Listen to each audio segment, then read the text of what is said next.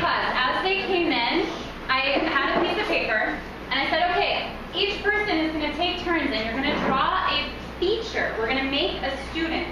So each person takes turns. You're going to pass the paper around. So one of you might draw a head, one draws one eye, the other might draw one ear, and you're going to pass it around until you have a complete person. And of course, it's going to look a little weird because you all have different styles of drawing.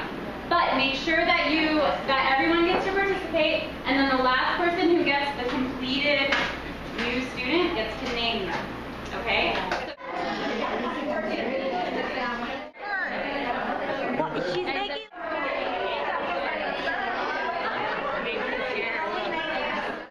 That was the first step that we did.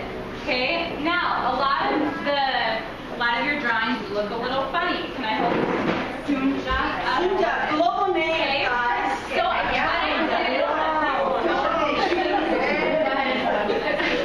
what I did was I held up, and we all kind of laughed at how funny looking this new student was. And so that's what I want you to do right now. I want you to just give some creative comments about this student. So you might say, "Ooh, look at those crazy curly eyelashes," or you can be as mean as you want. Let's keep it appropriate for school. But I want you to just shout out. We're going to call some names to this person, okay? And the way I introduced it with my kids was I started it, and then they just ran with it. They're like, "You're stupid, you're so ugly," that kind of stuff. So we're going to be mean, we're going to call some names, and your recorder is going to write all of those names in one color around your paper. Okay, so take 1 minute, you can call all the mean, nasty names you want. Get out some frustration.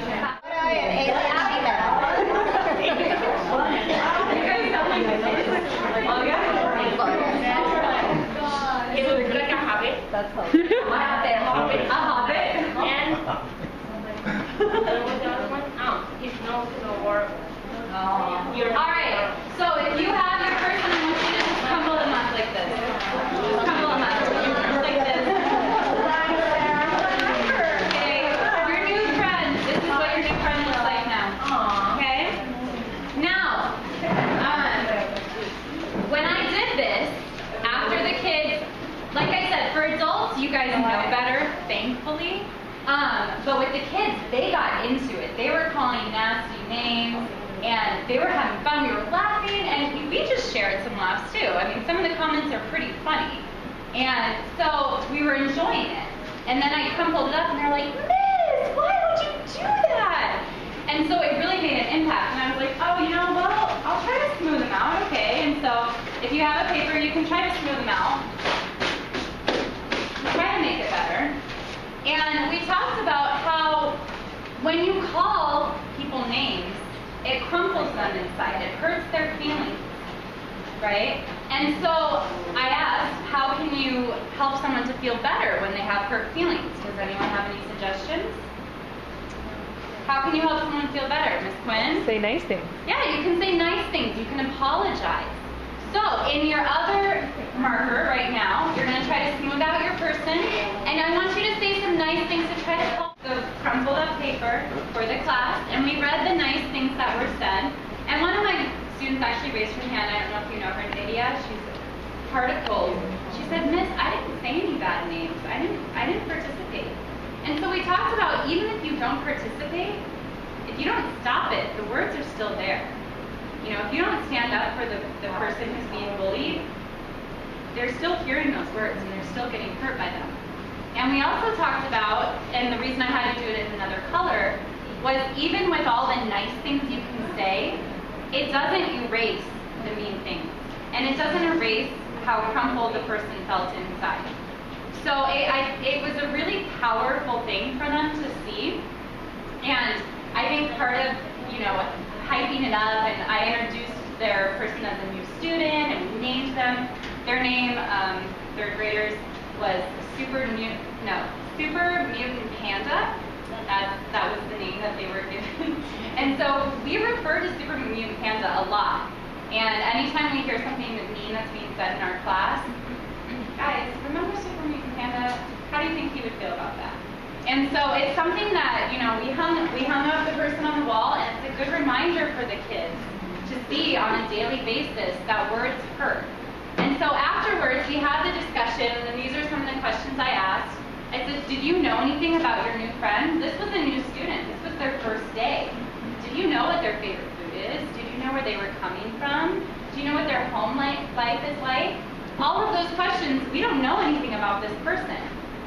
And we were so quick to judge them just because they looked a little different, just because they looked a little funny to us. I asked, did we know? Maybe this friend was so excited to come to school, they were so excited to meet new friends, and this is how they were treated. So these are some of the questions that I asked, and then of course, how would you have felt if you were this person? And we talked about, of course, your feelings would be hurt, you might go home crying, that kind of stuff.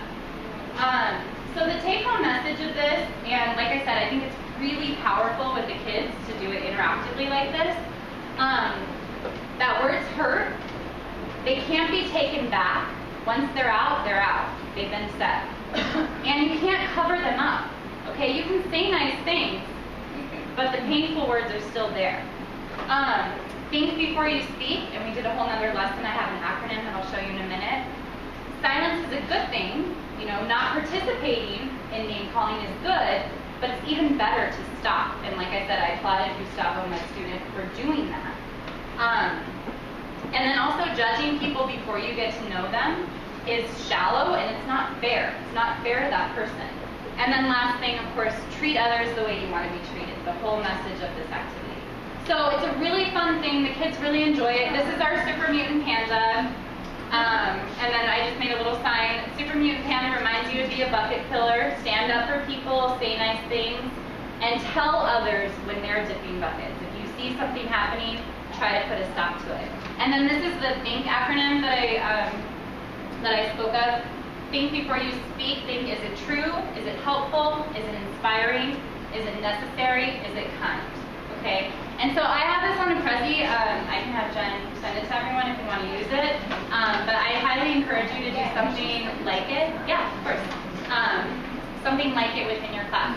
So another thing we do to kind of end the activity, in my class we have positive validations because clapping is boring. So I'll teach you one of our validations. You're going to positive validations. We're going to give each other 3 claps and a power whoosh, and it goes like this. Whoosh. Okay? And it sounds really cool when you all do it. So 1, 2, go. Whoosh.